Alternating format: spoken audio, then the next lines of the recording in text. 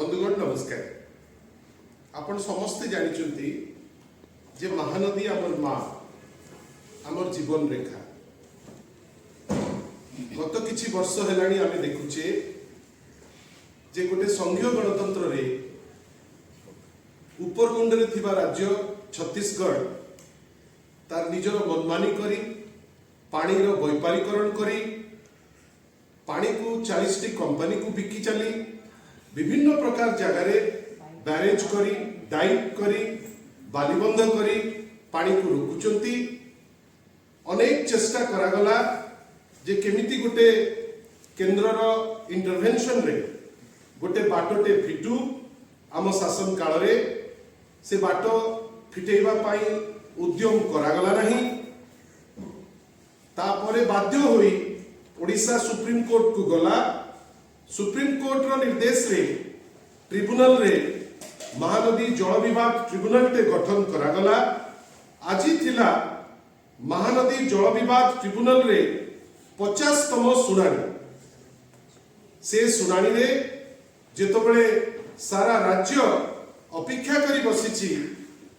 जे कौन हबो तार प्रतिफलन कौन हबो आगु को कौन हबो से समय रे राज्यवासी दुखित हेले जे ओडिशार जे एडवोकेट जनरल आज तांको पाखरे समय नथिला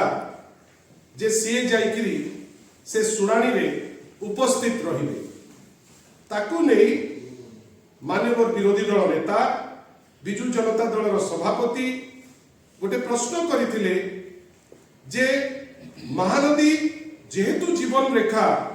जेहेतु आमर लाइफ लाइन आमर माँ तार समाधान पाई आंतरिकता एवं प्रतिबद्धता दरकार जोटा बोध हुए डबल इंजिन गवर्नमेंट रे नाही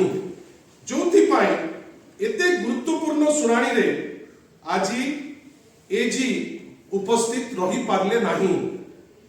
जाकु नहीं व्यक्तिगत भावे श्री पीताम्बर आचार्य एजी उत्क्षिप्त है से ट्वीट उपरे गोटे ट्वीट मध्य करी व्यक्तिगत स्तर को ओल्हेई जाइछन्ति। मु तो आगो कहबी जे भारतीय जनता पार्टी रो जो सरकार ओडिशा रे चलीछि आमे समस्ते जानिचु जदि केंद्र सरकार राज्य सरकार ओडिशा राज्य सरकार छत्तीसगढ़ रो चाहिए प्रतिबद्धता रहिबो आंतरिकता रहिबो एवं वास्तवता संगे जीवे ए समस्या गोटे दिन भितर समाधान होबो। ताकू जानी सुनिकिरी विभिन्न बाटरे आळ करिकिरी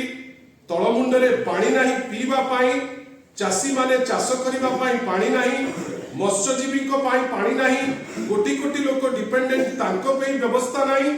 ऊपर मुंडरे पानी को व्यापारीकरण करी पानी को बिका जीवो ता उपरे मध्य ट्रिपल इंजिन निष्फल निष्प्रभाव ता उपरे जदि प्रश्न हुए पीताम्बर आचार्य एजी को एते बाधुची किया जोटा क्लारिटी रो सह करि दउची जे जो उक्ति माननीय श्री नवीन पट्टनायक कर थिला जे डबल इंजिन सरकार रो प्रतिबद्धता नाही आंतरिकता नाही केवल तू मैं करिबा पाई एवं राजनैतिक फायदा हासिल करिबा पाई जदि इच्छुक थिबे ओडिशार लोक तांकु छाड़िबे नाही। जहाँ लिखिचंती माननीय श्री नवीन पट्टनायक तांकर ट्वीट रे जे लोके बाध्य होई राजरास्ता को आसीबे आ जदि लोके राजरास्ता को आसीबे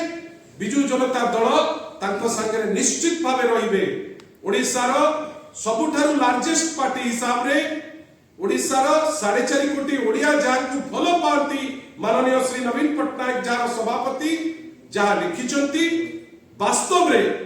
सेई दिगरे जदि आगु को एमाने करि परिबे नाही ताहाले राजरास्ता को जीवा पाई निश्चित भावे बिजू जनता दल बाध्य होई राजरास्ता को जेमती आगुरु आमे जाइथिलु असहयोग जोगु आगु को निश्चित भावे ओडिशा पाई आमे राजरास्ता को जीवु। आउ गोटे छोटिया कथा कहिचंती